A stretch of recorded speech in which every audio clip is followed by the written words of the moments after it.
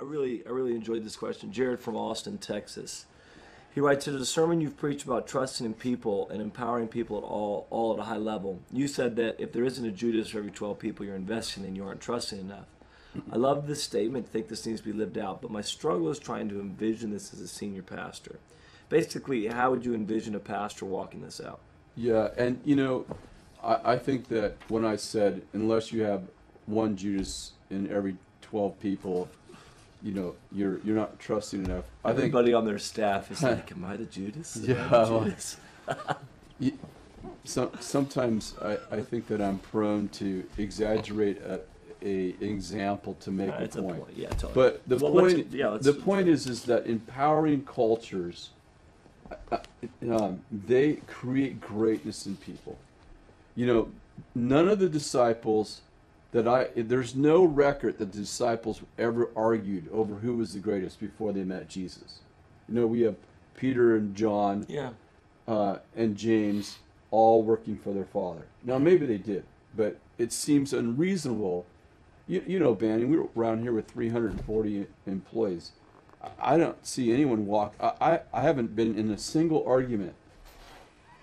I haven't tried to solve an argument between people. It's like, well, I'm greater than he is, and he doesn't believe that, and so something happens when you hang out with Jesus, and one of the things that happens is that there is a sense of destiny and purpose that is so powerful in your life that it leads to this conclusion, like, if I am who God says I am, if I am really a son of God, if I'm really a child of God, if I'm really a royal priest, there's this revelation that comes to you that I was born for greatness. And all I'm saying is that as leaders, we want to develop a culture where that when people humble themselves, they can be exalted. So we teach a lot about humility. I've heard many messages and preached many messages on humility. How many messages have you heard on the reward for humility? Yeah, totally. Which is greatness. If you allow... It's the second half of the verse. Exactly. It's the reward for it. It's like for the joy set before me endured the cross. It's like if you humble yourself, you'll be exalted. Yeah. It's mentioned 4 times in the Bible. So the point is that if we develop a culture, now we're talking about a culture where people can become great, the challenge in that culture, the weakness of that culture, is that people can hang themselves. People can get arrogant, they can get prideful. That can happen in any culture, but I mean, we're giving impetus for that, for people to become great. Yes, write books, travel, be awesome, or whatever their thing is. Those people can be promoted in that culture. Exactly. Before.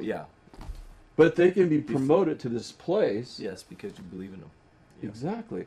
And so what I'm saying, the point I was really trying to get across there is that, every culture has its weaknesses.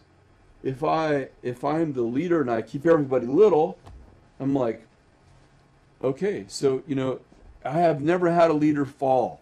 Well, how could a leader fall in your culture? At least how would you ever know about it? Because you're so controlling, and you punish anyone who had a mistake, who ever makes a mistake. So if they are going to fall, you're not going to know about it.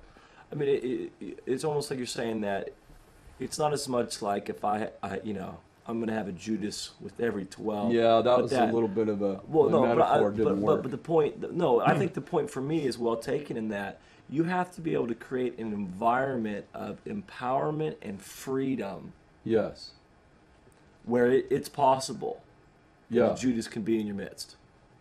Exactly. Yeah, that's what I'm saying. That makes sense. And what I'm saying is that the structure that you need to sift out Judases, and this was my point in teaching. I think it's the structure that you need to keep people from becoming Judases also keeps people from becoming Peters, Yeah, totally.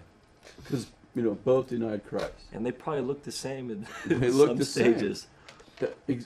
They did look the same. Yeah. And so, we have Peter who denied Christ but repents, and we have Judas who denies Christ and creates his own redemption by hanging himself. Yeah.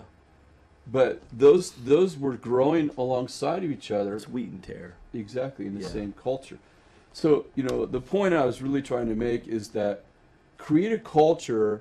Listen, any kind of leadership culture you develop is going to have its problems. Yeah. We want the kind of problems where we're developing world changers. The problems that are based around freedom and empowerment, Exactly. not control. Not control.